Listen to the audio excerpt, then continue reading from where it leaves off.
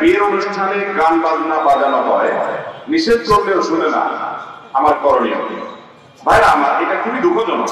শুধু আপনাদের এলাকায় হয় বললে ভুল হবে, বরং সারা বাংলাদেশে এই অনাচারটা কম বেশি হয় যে বিয়ের অনুষ্ঠানকে কেন্দ্র করে হাই ভলিউমে বিরাট বক্স ভাড়া করে এনে গান বাজনা এমন জোরে জোরে বাজানো হয় যে আশেপাশে মানুষের জীবনযাত্রা ব্যাহত হয়, মানুষ অতিষ্ঠ হয়ে যায়, হার্টের রোগীদের অসুবিধা হয়, বাচ্চারা ঘুমাতে পারে না, মানুষ মোবাইলের কথা বলতে পারে না, একজনের ফুর্তি আরেকজনের বেদনার কারণ হয়। এই অসভ্যতা, এই বর্বরতা, এই নাজায়েজ কাজ যদি কোনো বিবাহে হয়, সেই বিবাহে, সেই দাম্পত্য জীবনে, সেই মানুষের দাম্পত্য জীবনে আল্লাহ তাআলা সুখ শান্তি দিবেন। কথা কি বোঝাতে পারছি? শুধু গান বাজনা কেন, আপনি যদি কোরআন তেলাওয়াত দিয়েও মানুষকে কষ্ট দেন, সব হবে না গুনাহ হবে? আপনার কোরআন তেলাওয়াত শুনতে মনে চাইছে আপনি শুনেন, কিন্তু আপনি মাইক লাগাই আমার কানের কাছে একটা মাইক ধরে আপনি কোরআন তেলাওয়াত চালাই দেন, আপনার সব হবে না গুনাহ হবে? আপনার কোরআন তেলাওয়াত শুনতে মনে চাইছে আপনি শুনেন, আরো যারা শুনতে আগ্রহ করছে তাদেরকেও শোনান, সওয়াবের কাজ। কিন্তু আপনি আমাকে জোর করে শোনাবেন, শুনবে তো ভালো কথা, না শুনবে জোর করে শোনাবো, এটা কি জায়েজ আছে না জায়েজ আছে?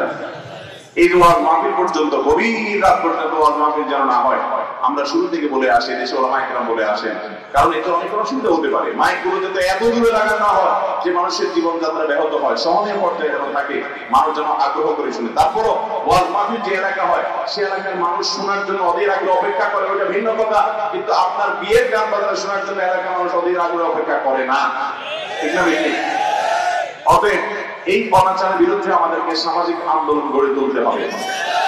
এবং আমি ব্যক্তিগতভাবে এরকম অনাচারের বিরুদ্ধে অনেক সময় পুলিশ কল করেছি, থানায় কল করেছি যে আমার জীবনযাত্রা ব্যাহত হচ্ছে, আমি অতিষ্ঠ হয়ে যাচ্ছি।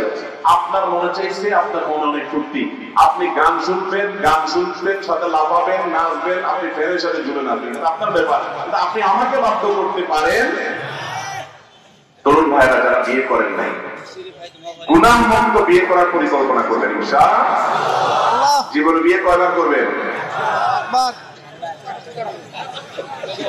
কিছু কিছু বলতে 2 বার করবেন। আচ্ছা, তৌফিকে থাকলে করবেন, কিন্তু একবার করবেন বেশিরভাগ মানুষ, তাই না? তো একবার যদি বিয়ে করেন, মানে বিয়ে তো আচ্ছা 2 বার করবেন না 2 বার, মুসলমান 4টা বিয়ে করবেন, বেশি তো না, আপনি বারবার তো প্রতি বছর প্রতি মাসে তো বিয়ে করতে পারবেন। তো বিয়ে যেহেতু জীবনে একবার করবেন, অতএব এই একটা বিয়ে এটাকে সুন্নাহসম্মত ভাবে, গুনাহমুক্ত ভাবে করবো। আপনার বিয়েতে যদি আশেপাশে মানুষ বদদোয়া দেয়, আপনার বিয়েতে কল্যাণ হবে না অকল্যাণ হবে? এই জন্য দেখবেন এখন বিয়ে হইতে দেরি, ভাঙতে দেরি না।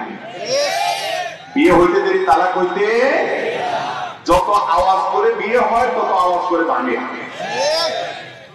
এই যে বিভিন্ন আপনার তারকাদের বিয়ে দেখবে না, বিয়ের সময় যেরকম পুরো দেশ গরম হয়ে যায়, হ্যাঁ একটা কিছু ঘটছে, একজন বিয়ে করছে বুঝলাম, আর কয়দিনের মধ্যে আবার ভাঙেও এরকম আওয়াজ করছে।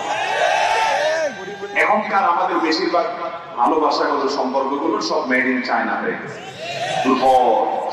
আর যদি কোরআন হাদিস অনুযায়ী করেন, হারাম থেকে বেঁচে থেকে বিবাহ শাদী করেন, ইনশাআল্লাহ মেড ইন জাপান হবে, অর্থাৎ স্ট্রং হবে, সম্পর্কগুলো কি হবে? ভালো। অতএব যুবকরা, বিয়েতে কোনো অনাচার করবেন। বিয়েতে কয়েকটা অনাচার হয়, এর মধ্যে একটা অনাচার হলো এটা, অনেক ভালো ভালো মানুষ এরকম করে যে ঠিক আছে একদিনে তো বিয়ে, ফুর্তি ফার্তা করি না। ভাই, আপনি অন্যভাবে দেখেন বিষয়টা। বিয়ে তো একদিনই, আমার বিয়েটা পবিত্র হোক, পরিচ্ছন্ন হোক, কোনো মানুষের কষ্ট যেন আমার কারণে বিধায়। আশেপাশে এরকম হয়, এলাকার ইমাম সাহেবদের নেতৃত্বে, মুরব্বীদের নেতৃত্বে, ভালো ভালো মানুষদের নেতৃত্বে যাবেন, যে বিয়ে বাড়িতে ওই বরকে অন্যদেরকে বোঝাবেন যে এই গুনাহের কাজটা, এই পাপের কাজটা, এই অপরাধটা, এটা রীতিমতো অপরাধ, এটা রীতিমতো অন্যায় কাজ, যে আপনার আওয়াজের কারণে আমার ঘুম হারাম হবে, আশেপাশে মানুষের জীবনযাত্রা ব্যাহত হবে, এটা কোনোভাবে গ্রহণযোগ্য হতে পারে। আমাদের আজকাল কি হয়েছে যে এই ধরনের কাজগুলো আমরা করতে আমাদের বিবেক বাধে না। এই যে কদিন আগে বিশ্বকাপ শেষ হলো, এই বিশ্বকাপ উপলক্ষে যেদিন ফাইনাল খেলা হলো, আমি লক্ষ্মীপুর থেকে মাহফিল শেষ করে আসছিলাম, আমি দেখেছি ঢাকা চট্টগ্রাম মহাসড়কে দ্রুত গতিতে চলা যানবাহন গুলোকে থামিয়ে রাস্তার মধ্যে এক শ্রেণীর যুবক গুলোকে বাসের সামনে নাচানাচি করছে। কিরে ভাই, দুনিয়াতে মানুষ তো পরের কথা, কোন পশু আছে এত খারাপ হয় না? পশুকে এত খারাপ হয়? শুনছেন আজ পর্যন্ত কোন মহাসড়কের গাড়ির গতি রোধ করে 10-12টা গরু মিছিল দিয়ে বলছেন থামো, আমরা আগে ভর্তি করে নিই? শুনছেন কোনদিন? আল্লাহ বলছেন উলাইকা কাল আনআম বাল হুম আদাল। যে মানুষগুলো তাদের বিবেক থেকেও নাই, চোখ থেকেও নাই, কান থেকেও নাই, অনুধাবন করার চেষ্টা করে না, শেখার চেষ্টা করে না, বিবেক খরচ করে কাজ করে না, এই মানুষগুলো মানুষ তো নয়, এরা পশু নয়, পশুর থেকে অধম। এদেরকে পশুর সাথে তুলনা করলে পশুর অপমান হয়। কেন অপমান হবে জানেন? কারণ পশু তো মানুষকে এত কষ্ট দেয় না, এমনকি পশুরা নিজেরা নিজেদেরকে কষ্ট দেয় না, দেয়? এত কষ্ট দেয় না। আপনি ফুর্তি করবেন, আপনার পছন্দের দল জিতছে, ভালো কথা, আপনি ফুর্তি করেন, কিন্তু আপনি ফুর্তি করতে গিয়ে আমার কোনো আরাম করে দিবেন, এটা কোন ধরনের অসভ্যতা? এটা কোনো গ্রহণযোগ্য হতে পারে? কিন্তু আমাদের তরুণ ভাইরা অনেকে এগুলো চিন্তা করেন না। অতএব বিয়ে উপলক্ষে সমস্ত অনাচারের বিরুদ্ধে আমাদেরকে দাঁড়াতে হবে।